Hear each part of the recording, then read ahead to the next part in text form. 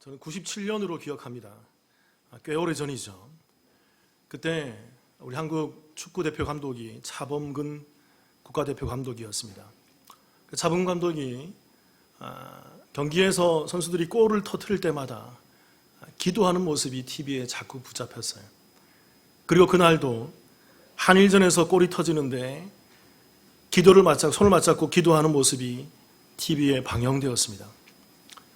그리고 이 차범근 이 감독과 함께 그 동시대에 지금도 유명하지만 꽤 유명했던 한 교수가 있습니다. 이 사람이 그 매스컴에서 강론하는 게 굉장히 한국 이 사회를 한때 휘저었던 때가 있었어요. 그러니까 이 교수가 그 매스컴의 그 강론을 통해서 차범근 감독의 그 기도하는 모습을 공개적으로 비판을 했습니다. 꽤 많은 이슈가 되었어요. 그 내용은 이런 거죠. 기독교는 사랑의 종교가 아닌가. 이런 뉘앙스예요. 그래서 인터뷰에서 그 기독교가 사랑의 종교라고 하면서 하나님께 감사하다고 말하면 경기에 진 상대팀은 기분이 어떻겠냐는 거예요. 일본 팀이지만 일본 팀은 기분이 어떻겠냐는 것입니다. 그게 사랑인가? 그러면서 그 사람이 이렇게 예수가 뭐라 말했던가 그러면서 마태복음 6장 6절의 말씀을 인용합니다. 같이 한번 읽어볼까요? 6장 6절 시작.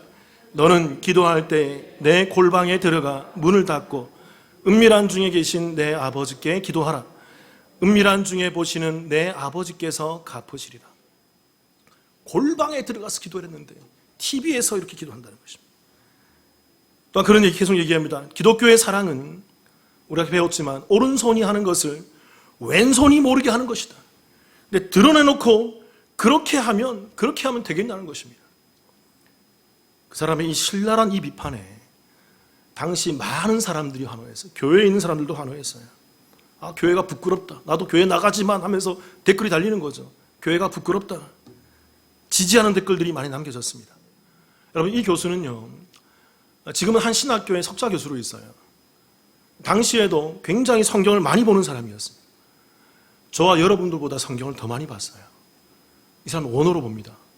굉장히 깊이 봐요. 이렇게 신랄하게 비판을 하자 그때 당시 제가 읽었던 댓글이 하나 있어요. 제가 그때 그 댓글을 남겨놓고 가지고 있는데 이런 댓글입니다. 그대로 제가 인용해 드릴게요. 이 댓글입니다. 기독교인들은 성경이 1.1획도 틀리지 않는다고 말하면서 정작 성경에 기록된 말씀을 지키지 않는 자들이다. 외식하지 말고 골방에서 기도하라고 하면 그렇게 하면 되는 것이지 기독교인들은 말씀을 하나도 따르지 않는 자들이다. 여러분 어떻게 생각하십니까? 이런 비판과 이런 댓글과 이런 교회를 향한 세상적인 생각이죠. 세상적인 그런 평가에 대해서 어떻게 생각하십니까? 이제 우리 교회에서 산상수훈의 이 강해의 말씀을 배워나가고 있는 저와 여러분들은 이러한 허무맹랑하고 얼토당토 않는 이런 지적에 대해서 분명히 대답할 수 있어야 돼요. 제가 늘 얘기하지만 여러분, 이 사람들은 성경을 모르는 사람이에요. 성경을 읽고 인용해서 주장하지만 그 입에서 성경의 언어가 나오지만 말씀의 1도 모르는 사람이에요. 예수님의 말씀이 무엇인지를 전혀 모르는 사람이죠. 첫 번째로 여러분, 골방 기도가 뭐죠?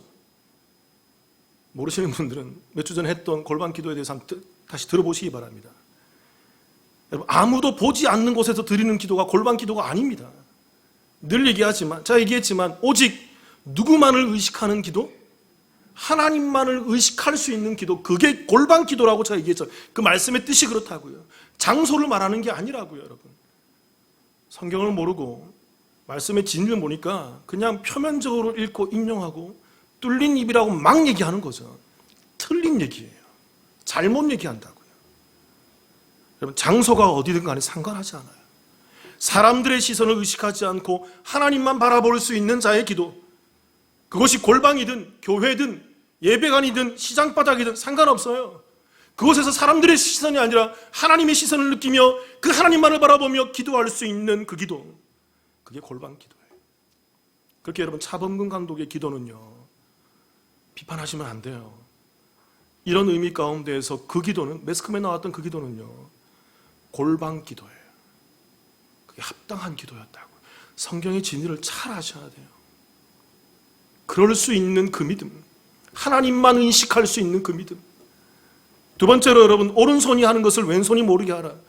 이 말도 제가 설명드렸잖아요, 여러분. 제가 질문했잖아요. 오른손이 하는 일을 왼손이 모르게 할 수 있다, 없다? 이거 할 수 있으면 바보라고요. 멍충이라고요. 이 땅에서 오른손이 하는 일을 왼손이 모르게 할 수 있는 사람은 아무도 없어요. 뭔가 잘못됐거나 미치지 않았고서요. 이 말은 그런 게 아니라는 것입니다. 이 말씀도 사람에게 보이기 위해서, 누군가에게 의식하면서 그 사람을 의식하면서 하는 구제가 아니라는 것입니다. 오직 누구를 의식하는 구제라는 거예요. 오른손이 하는 일을 왼손이 모르게 하는 구제라는 것은 사람에게 하는 구제가 아니라 하나님을 의식한 구제라는 거예요. 내가 이웃을 사랑하는 게 내가 사랑하는 게 아니고 누구의 시선을 의식하여 사랑하는 게 아니라 하나님만 바라보면 하나님이 사랑하라고 했으니까, 그 중심 가운데 하나님이 있으니까 내 마음이 싫어도, 내 마음이 용납이 안 돼도 그를 사랑해내는 것, 그게 기독교예요. 여러분, 이 진리를 아셔야 된다고. 여러분, 여기까지 가셔야 돼요. 이게 구원받은 자들의 모습이라고요. 이게 안 되면 이 소리 하는 거예요. 이 소리 한다고.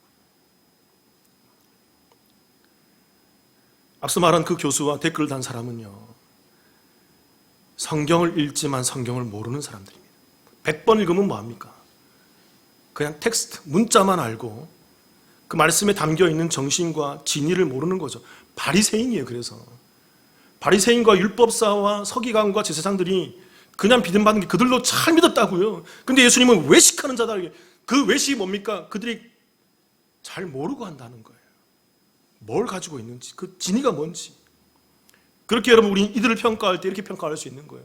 그들은 성경을 읽지만, 말씀을 읽지만 성령이 없는 사람이에요. 성경의 원저자이신 성령이 그들에게 조명해 주지 못했기 때문에 이 말씀이 깨달아지지 않는 것입니다. 이 말씀이 알아지지 않고 가슴속으로 나오지 않고 신앙 속에서 표현되지 않는 거예요. 그러니까 이들은 백날 읽어도 하나님의 말씀을 이해할 수가 없어요. 신학교 교수는 뭐합니까? 그 사람이, 여러분, 다 아는 사람이에요. 자, 이름 얘기하면 다 아는 사람이라고. 여러분, 올 누구. 교수는 뭐합니까? 여러분, 성령이 없는데, 하나님 믿지 않는데. 로마서 강해를 썼어요. 그 사람이 사도행전 강해를 써요. 저도 읽어봤는데 예수가 없어요. 예수 안 믿어요. 그 사람. 그 교수의 비판에 대해서 자, 이슈가 됐기 때문에 이걸 좀 제가 캡처를 해놨어요. 그 당시에 차범근 감독이 다음과 같은 글을 남겼어요. 이런 글을 남겼습니다. 나는 대범하지도 못하고 보잘것없는 인물이기 때문에 경기를 앞두고 숨막히는 고통에 시달린다. 그때마다 나는 엎드려 기도한다. 그러할 때 나는 마음의 평안을 얻는다. 이것은 마치 어린아이가 부모의 손을 잡고 가다가 무섭거나 겁이 나면 그 손을 더 꼭 쥐는 것처럼 지금 나는 내가 믿는 하나님의 손을 꼭 쥐고 도저히 놓을 수 없는 심정이다. 그래서 나는 늘 기도한다. 또한 내가 인터뷰에서 주님께 감사하다고 말하는 것은 그것이 내 삶의 모습이기 때문이지 다른 의도가 있어서 그러는 것이 아니다. 이겼기 때문에 감사하고 이기지 못했기 때문에 감사하지 않은 것이 아니다. 그는 하나님만 바라보고 있다. 하나님만 의식한다는 것입니다. 어떠하든지. 이것이 하나님을 아는 자의 골방 기도예요. 정확히 말씀에 부합하는 모습인 것입니다. 정확히 하나님을 아는 자들이, 하나님을 의식한 자들이 이 모습으로 살아간다는 것이죠. 정확히 예수 믿는 자의 모습이에요.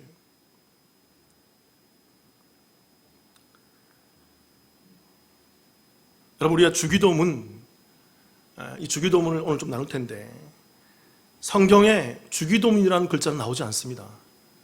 이건 우리가 지은 거예요. 그냥 사람들이 이 기도의 명칭을 주기도문이라고 지은 거죠. 성경에는 이 주기도문에 대해서 예수님께 뭐라고 얘기하냐면 이렇게 얘기합니다. 이렇게 기도하라. 그러면서 하늘에 계신 우리 아버지여 가르쳐주는 거죠. 그러니까 성경에 나와 있는 이렇게 기도하라라는 그 이렇게라는 말이 헬라어로 제가 예전에 말씀드렸어요. 후토스라고 그랬어요. 이게 뭐냐면 이런 방식으로, 이런 식으로, 이런 방법으로 이렇게 기도하라는 것입니다. 그러니까 이 말은 뭐냐면 기도의 모델을 제시하는 거예요. 그러니까 주기도문은 암송해서 기도해라가 아니라, 그래서 암송해서 100번, 1000번, 10,000번 이렇게 주문을 외우듯이 중얼중얼 하늘에 계신 우리 아버지 이름이 거룩히 기회를 받으시며 뜻이 하늘에서 이루어진 땅에서 이렇게 기도하는 것이 아니고요.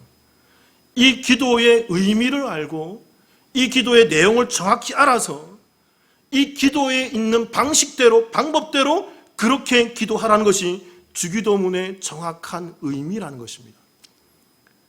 그러니까 여러분 잘못 이해하는 분들이 있어요. 주기도문 100번 암송해라. 주기도문 1000번. 저도 어릴 때 저희 어머님 그러셨어요. 저 어릴 때 진짜 세어가면서 이 카운터기 있어요. 한때 한국교회에 이거 카운터기 있잖아요. 저희 집에 몇 개나 있었어요. 주기도문 암송하면 한 탁탁. 제가 하루에 10,000번 한 적도 있습니다, 여러분. 어린 마음에. 근데 그렇게 하는 게 아니에요. 여러분, 이런 식으로 주기도문을 암송해서 막 외우는 게 의미가 있다 그런다면, 제가 예전에 주기도문 시리즈 하면서 말씀드렸잖아요. 그때 들어보세요, 여러분. 제가 이런 얘기 했잖아요. 주기도문 한글로 외우지 마시라고. 그렇게 암송하는 것이 능력이 있고 좋다 그러면 원어로 외우시라고. 헬라어로 파테르, 헤몬, 호, 엔, 토이스, 우라노스 그러면서 원어로 외우시라고. 그럼 더 능력이 있죠. 말씀에 있는 원어로 외우면 왜 한글로 외우십니까? 그런 식으로 보면 안 돼요. 따라해 볼게요, 여러분. 주기도문은 암송하는 기도가 아니라 적용하는 기도이다. 잘 이해하셔야 돼요. 여러분, 여기에 깊은 가치가 있어요. 우리가 외식하지 않기 위해서는 그렇게 가야 된다고요.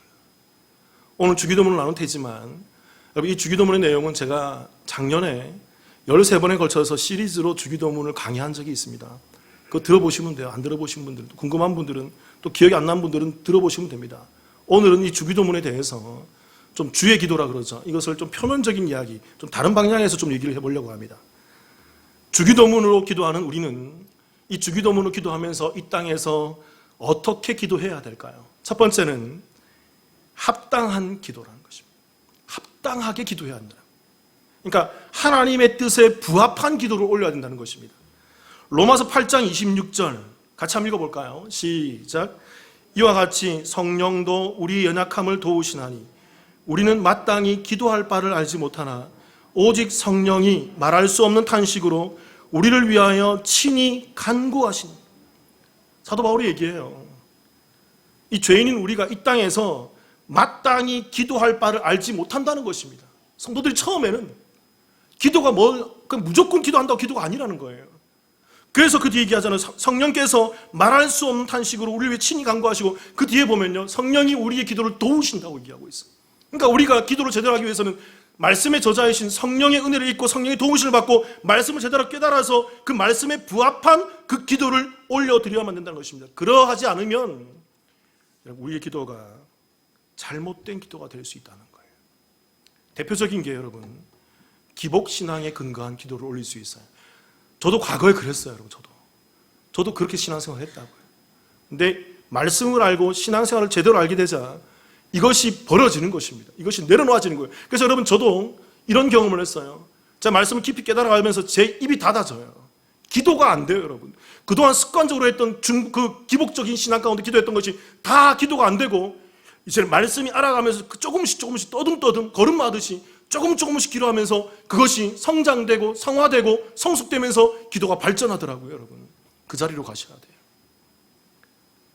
기복신앙 어떤 것입니까, 여러분? 이게 이 땅에 있는 모든 종교를 휘어감고 있는 게 기복신앙이에요. 기복신앙의 핵심은 간단합니다. 그래서 뭐냐면, 내가 신이 있으면 신을 바라보면서 내가 그 신에게 얼르고 달래서 뭔가 신이 요구하는 것을 열심히 해서, 그래서 내가 얻고자 하는 것을 그 신으로부터 얻는 것을 기복신앙이라 그래요. 이걸 기복주의라 그런다고요. 이게 세상 모든 종교에 다 깔려있어요. 기독교만 아니고. 근데 기독교도 일로 가고 있어요. 여기에 많이 물들어 있다고요. 여러분, 이런 것을, 이런 기복적인 신앙 가운데 있는 것을, 이것을 우리나라 용어로 무속이라 그래요. 그리고 이것을 전문 용어로 샤머니즘이라 그런다고요. 샤머니즘에 대해서 잘 아십니까? 샤머니즘은 샤먼이라는 사람이 필요합니다. 샤먼이 뭐냐면 이게 매개체예요, 매개체. 그 무속적인 신이 있고, 그 샤머니즘에 그 추구하는 신이 있고, 그 신의 중개자가 샤먼이에요.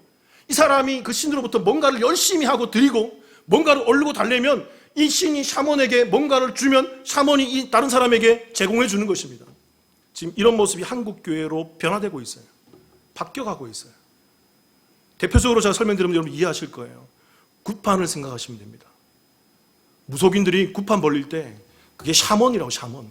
그 굿판 춤추는 그 사람들이, 그들이 신을 올리고 달래서 이 샤먼을 통해서 비나이다 하는 기도하는 사람들에게 그 샤먼을 올리고 달래서 뭔가를 끄집어내서 그 사람에게 전달해 주는 것, 이게 무속이고 샤머니즘이고, 이게 오늘날 한국 교회에 들어와 있다는 거예요. 여러분, 분별하셔야 돼요. 자, 질문해 볼게요, 여러분. 우리가 우리의 만족과 유익을 위해서 내가 열심히 하나님께 기도하면 그 열심히 하나님께서 감복해서 하나님의 보좌가 흔들려서 하나님께서 그 기도하는 사람들에게 응답해 주십니까?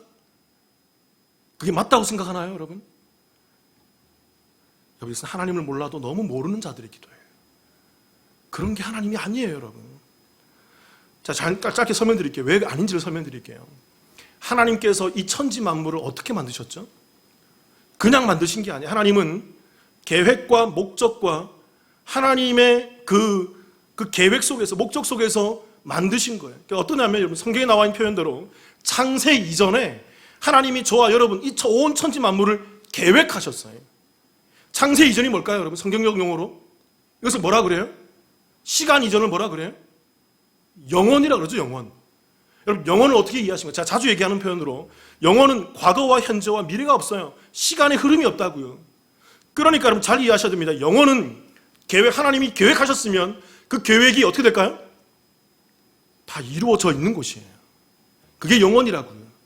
우리의 시간의 개념을 이해하시면 안 됩니다. 영원 속에서 하나님 작정하시고 계획하셨다면, 하나님이 전능하신 하나님 작정하시고 계획하셨다면 영원 속에서 그것이 다 이루어져 있어요. 성취되어 있다고요. 그리고 태초에부터 하나님의 그 성취되어 있는 그 계획들이 시간 속에서 진행되는 것이 이 땅에 저와 여러분이 살고 있는 이 세상의 삶인 거예요. 자, 얘기했잖아요. already but not yet. 이미와 아직의 이 긴장 상태를 잘 이해하셔야 돼요. 하나님께서는 이미 모든 것을 이루어 놓으셨어요. 그 시간 속에서 때가 되었을 때 때가 참에 하나씩 하나씩 이루어가는 것입니다. 그 모든 그 크로노스의 시간 가운데 제가 얘기했잖아요. 카이로스의 때가 임하는 것입니다. 하나님의 뜻이 성취되어 가는 거죠. 그러니까 여러분, 영원 속에서 작정된 하나님의 뜻은 이 땅에서 반드시 이루어진다, 이루어지지 않는다? 이루어진다. 그러면 여러분, 내가 뭔가를 열심히 하나님께서 하나님의 뜻이 변해, 하나님의 뜻이 변개되고 변해서 내게 유익한 것을 주셔. 그게 기독교가 맞을까요? 틀릴까요?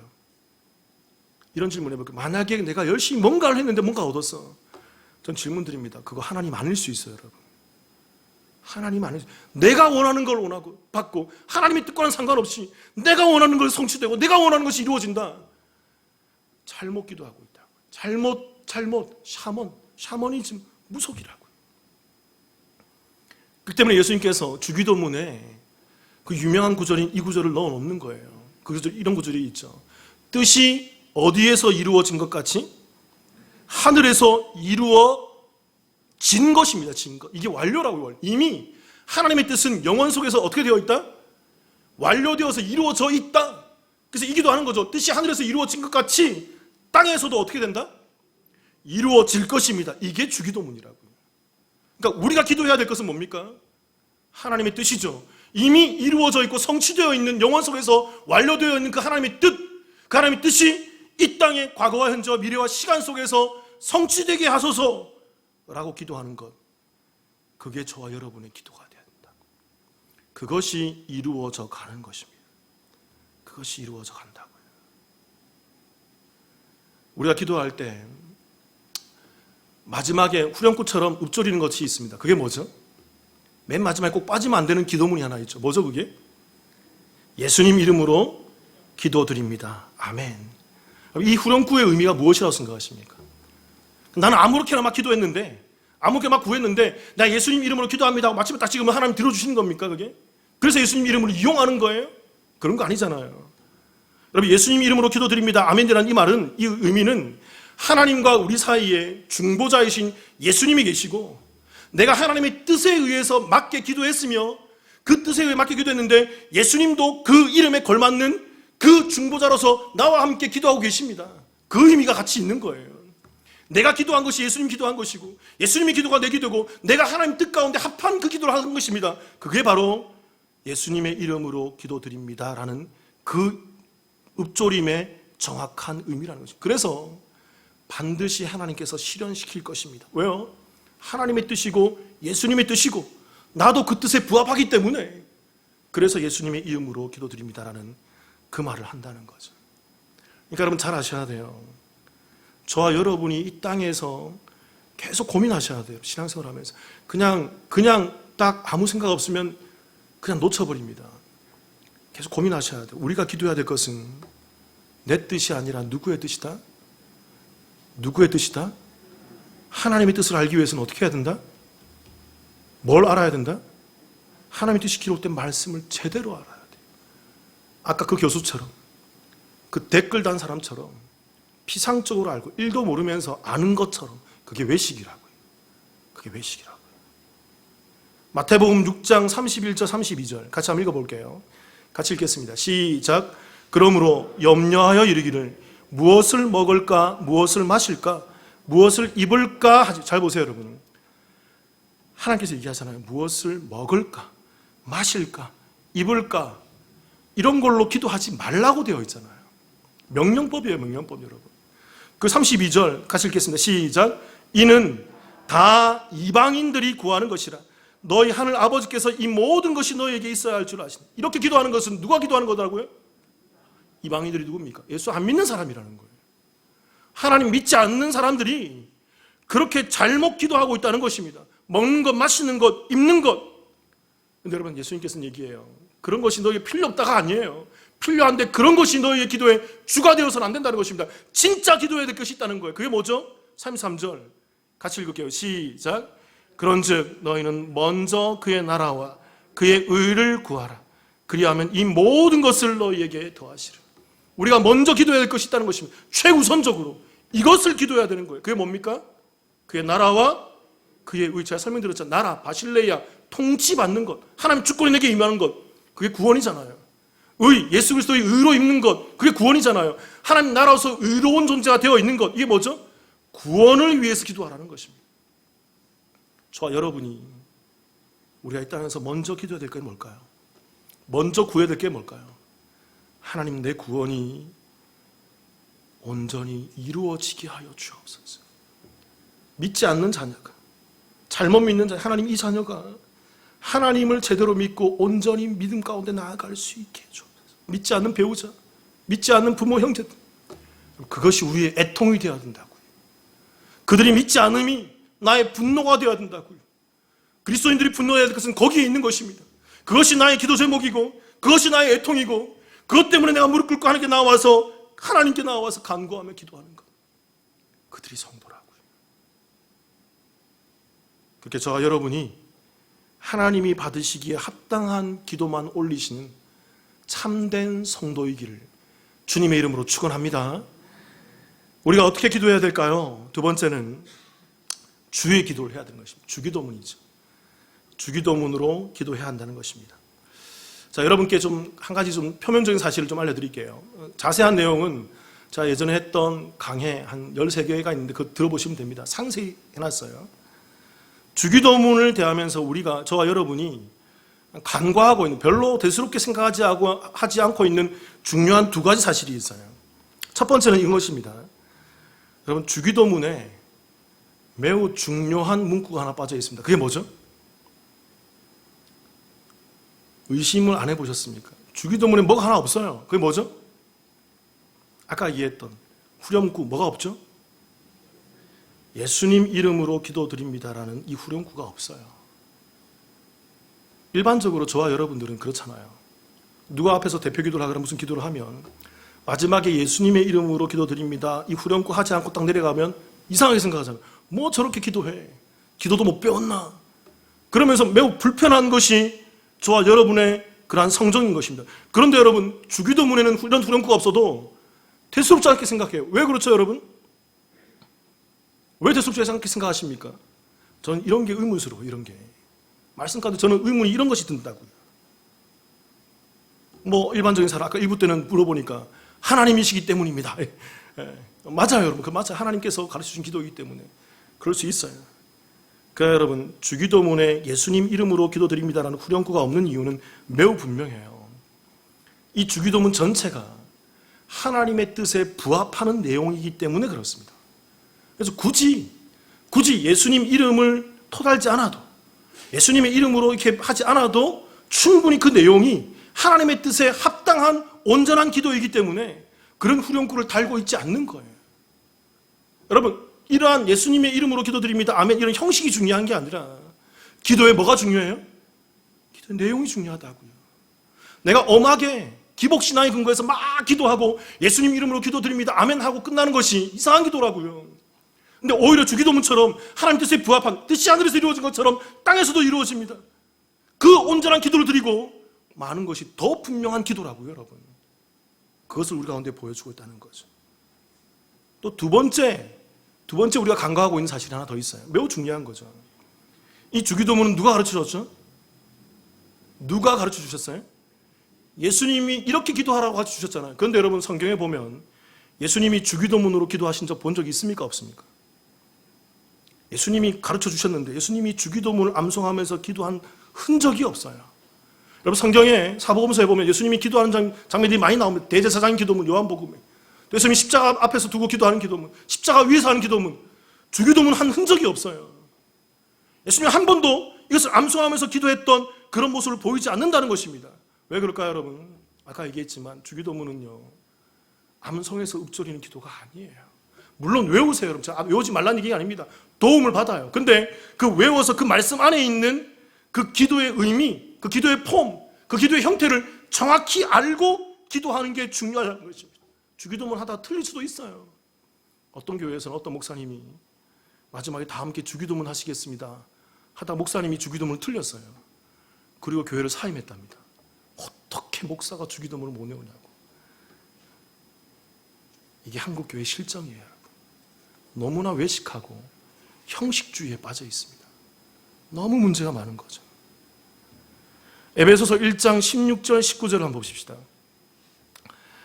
제가 한번 읽어볼게요. 16절.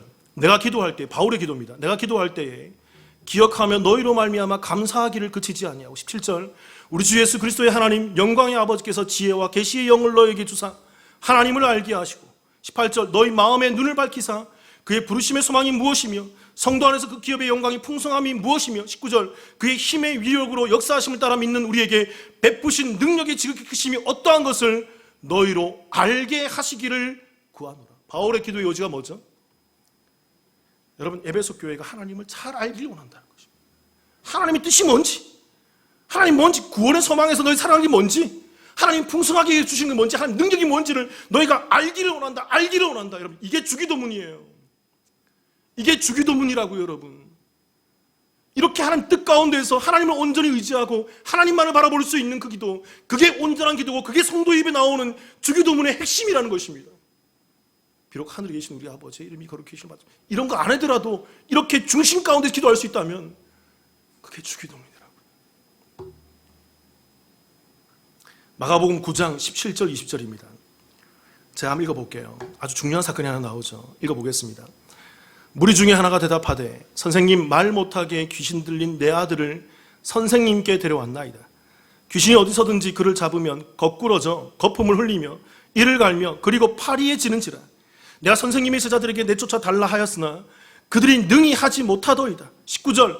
대답하여 이르되 믿음이 없는 세대여, 내가 얼마나 너희와 함께 있으며 얼마나 너희에게 참으리요. 그를 내게로 데려오라 하시매. 20절. 이에 데리고 오니 귀신이 예수를 보고 그 아이로 심히 경련을 일으키게 하는지라. 그가 땅에 엎드려 구르며 거품을 흘리더라. 우리가 잘 아는 사건입니다, 여러분.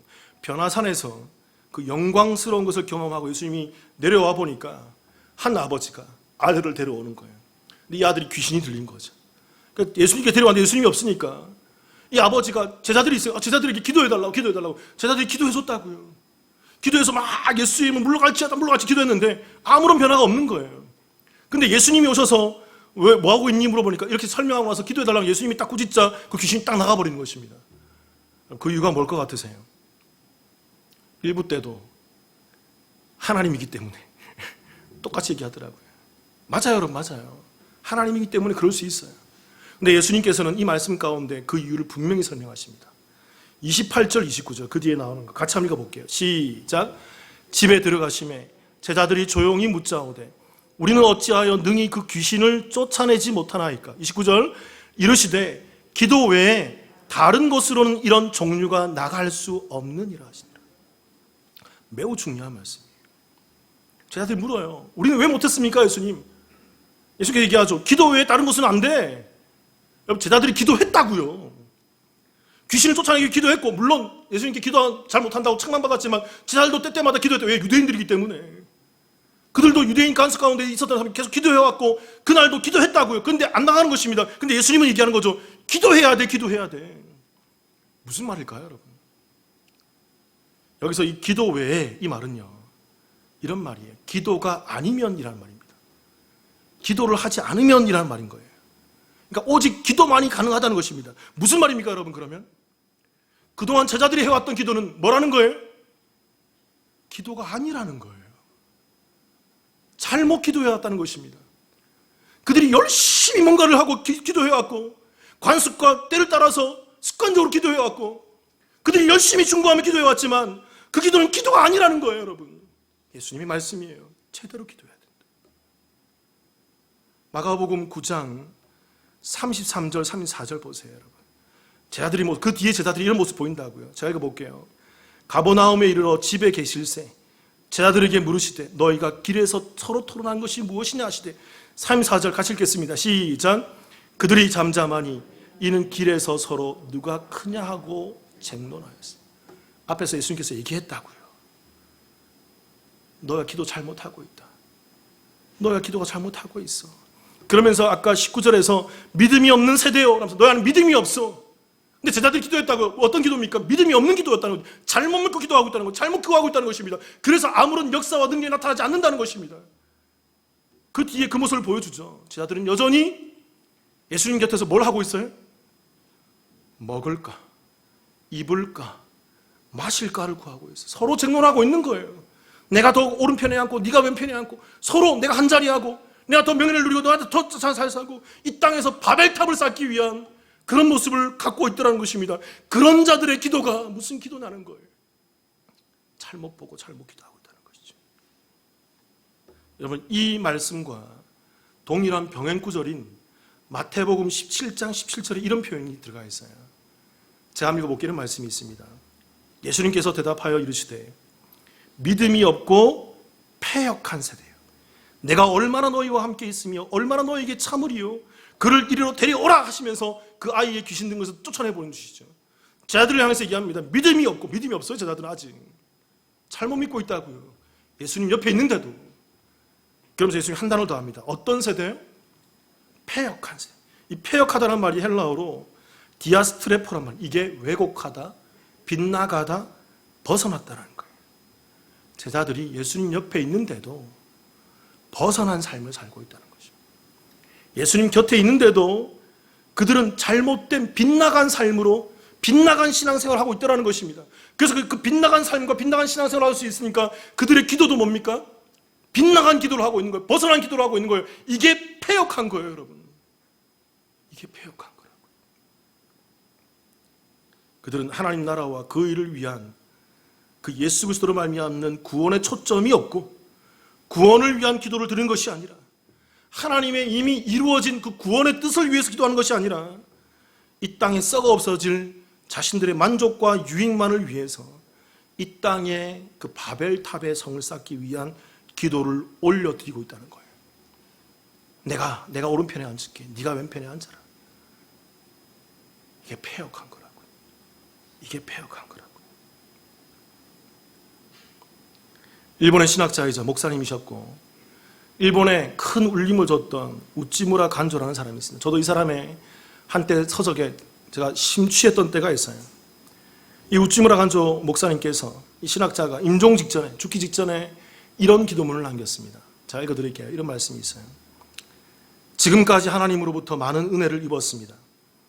하지만 그 중에서도 가장 기쁘고 감사한 것이 있다면 바로 저의 기도 전부를 하나님께서 들어주시지 않은 것입니다. 만일 저의 기도를 하나님께서 다 들어주셨다면 저는 제멋대로에다가 교만하기 짝이 없고 건방지기까지 한 사람이 되었을 것입니다. 그러나 하나님께서는 나의 영혼을 파괴하는 이 잘못된 기도는 하나도 들어주지 않으셨습니다. 오 주님, 이것으로 인해 정말 감사드립니다. 주님은 오직 온전한 기도만 들어주심으로 저를 통해, 저의 입술을 통해 하나님의 뜻을 이루셨습니다. 사성도 여러분, 저와 여러분이 우리 남북교회가 예수님을 온전히 믿는 믿음 가운데 나아가시기를 주님의 이름으로 축원합니다. 여러분, 제가 정말 중심에서 여러분께 말씀을 드려요. 자, 여러분들 치는 게 아니에요. 자, 여러분들 때리는 게 아니라고요. 똑바로 믿자는 것입니다. 여러분, 이것은 원래 아파요. 여러분, 저도 되게 아팠어요. 내가 안 믿는다는 건가? 제가 나중에 봤어요. 제가 안 믿었어요, 여러분. 제가 목사인데 안 믿고 있었다고요, 여러분. 잘못 믿고 있었다고요. 저한테 오는 그 소리가 너무나도 힘들었고 제가 그것 때문에 너무 괴로웠어요, 여러분. 내가 안 믿는 건가? 나는 안 믿는단 말입니까? 나중에 알아요, 나중에.